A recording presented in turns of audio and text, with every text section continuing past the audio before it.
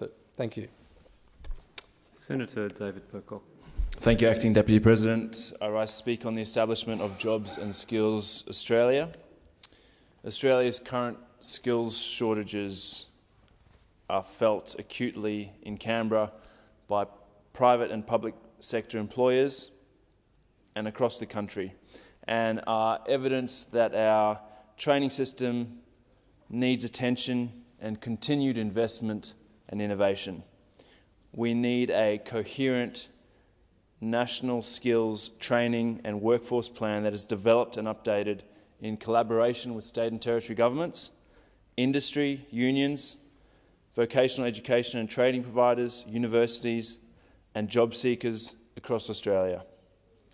I acknowledge the work done in this place by many and the bipartisan support for improvements that ensure more Australians start, and importantly, more Australians complete apprenticeships, TAFE courses, and university degrees. We need this to urgently address the skills gaps seen across the nation now, and to guarantee Australia's position as an innovative leader in the industries of the future. A collaborative, nationwide, forward-thinking approach to skills, training and workforce planning is needed to grasp the opportunities presented to Australia by the energy transition. We also need to provide vulnerable and underutilised Australians with the resources and opportunities they need to create a better future for themselves and their families. We could be doing so much more to close the gender pay gap, ensure training and education is accessible for First Nations people, and create opportunities in the workforce and inclusiveness in the workforce for people with disability. I am moving two amendments to this bill, which I'll speak about now rather than later in the interest of time.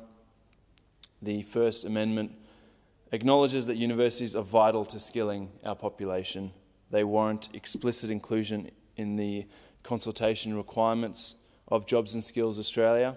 I also look forward to further discussions with the government on how future legislation can better reflect the role of universities in supporting Australia's workforce. The second amendment is intended to deal with the gender pay gap in Australia, which is currently 14.1% and widening.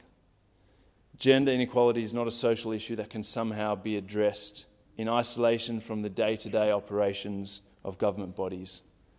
If we are serious about pursuing gender equality, doing so must be embedded within the remit of such agencies and Jobs and Skills Australia. I thank the Senate for consideration of these amendments, and I commend the government on this bill. Senator Barbara Pocock.